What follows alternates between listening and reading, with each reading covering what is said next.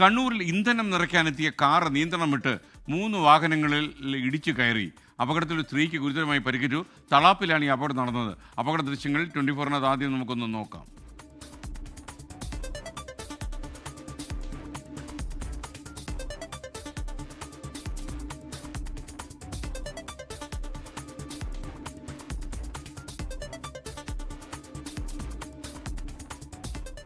കണ്ണൂരിൽ നിന്ന് അരുൺ പൂപ്പറമ്പ ടെലിഫോണിൽ ചേരുന്നു. അരുൺ, കൂടുതൽ വിവരങ്ങൾ എന്തൊക്കെയാണ്?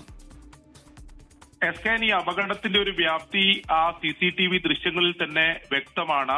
ഇന്ന് വൈകിട്ട് 6 മണിയോടെയാണ് തളാപ്പിൽ ഈ അപകടം ഉണ്ടായത്. അവിടെ ഒരു പെട്രോൾ പമ്പിലാണ് ഈ അപകടം ഉണ്ടായിട്ടുള്ളത്.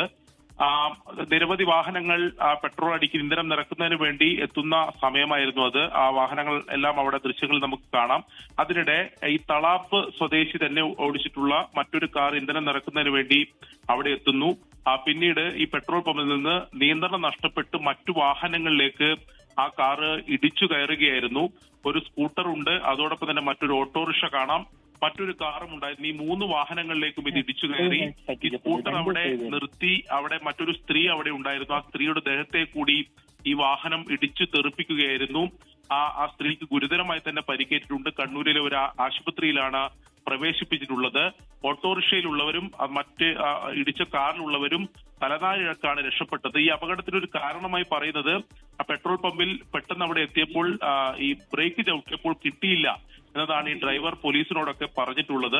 എന്തായാലും ഒരു വലിയ അപകടമാണ് ഉണ്ടായിട്ടുള്ളത്. അതിൽ ഒരു സ്ത്രീക്കാണ് ഗുരുതരമായി പരിക്കേറ്റത്. മറ്റുള്ളവർ തലനാരിഴക്കാണ് രക്ഷപ്പെട്ടത്. 2 പെട്രോൾ പമ്പ് ജീവനക്കാർക്കും ഈ അപകടത്തിൽ പരിക്കേറ്റിട്ടുണ്ട്. ഓക്കെ, എന്തായാലും വലിയ അപകടമായി.